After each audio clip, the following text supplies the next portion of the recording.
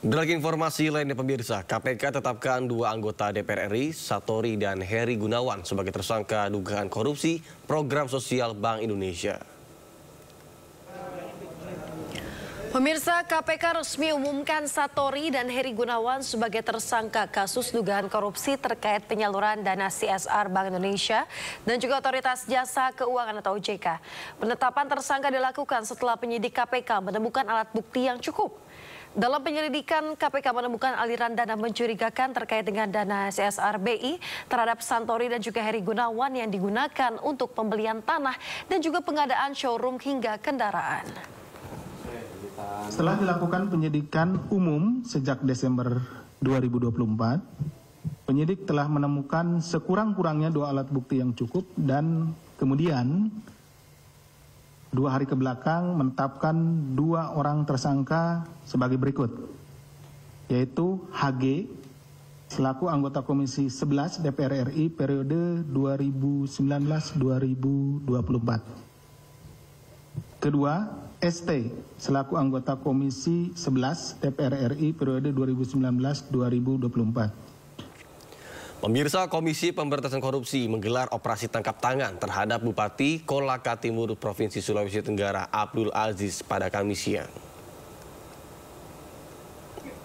Pemirsa, tim KPK melakukan operasi tangkap tangan Bupati Kolaka Timur Provinsi Sulawesi Tenggara Abdul Aziz. Wakil Ketua KPK Johanis Tanak membenarkan peristiwa yang terjadi di Sulawesi Tenggara.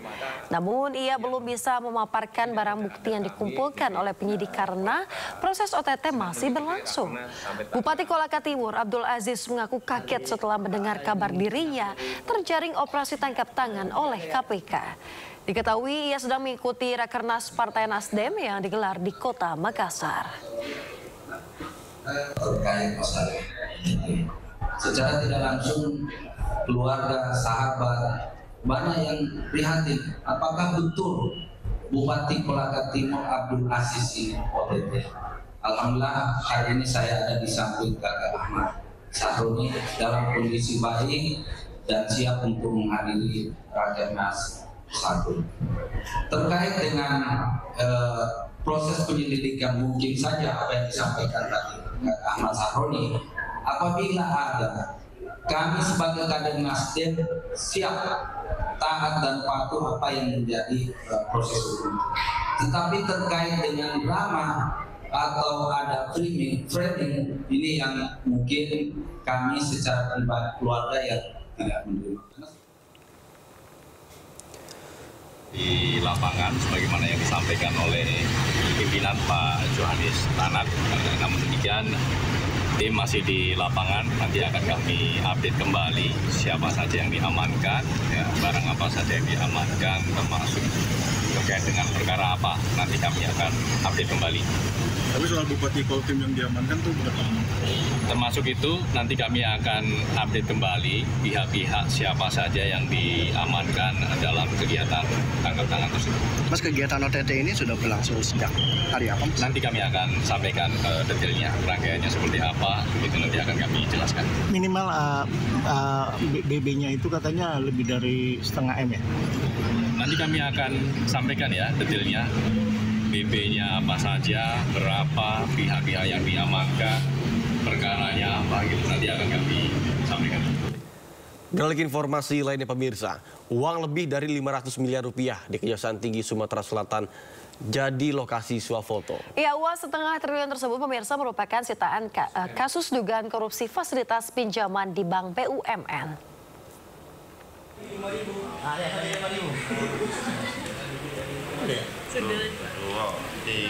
Tumpukan uang 506 miliar 150 juta ini menjadi daya tarik bagi para siswa dan juga mahasiswa magang di Kejaksaan Tinggi Sumatera Selatan.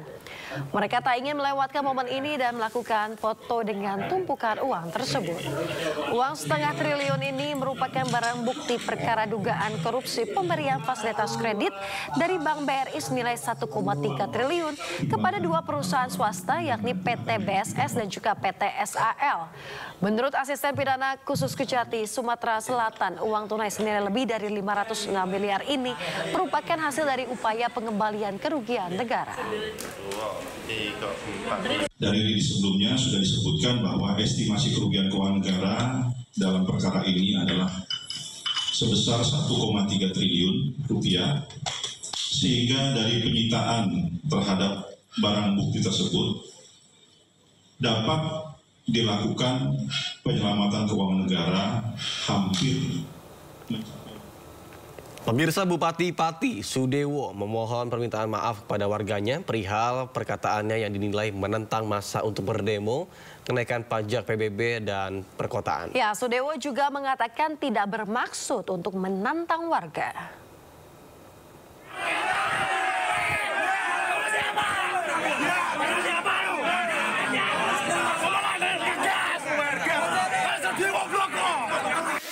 Bupati Pati Sudewo meminta maaf terkait ucapannya yang terkesan menantang massa untuk berdatangan berdemonstrasi menolak kebijakan kenaikan pajak bumi dan bangunan hingga 250%.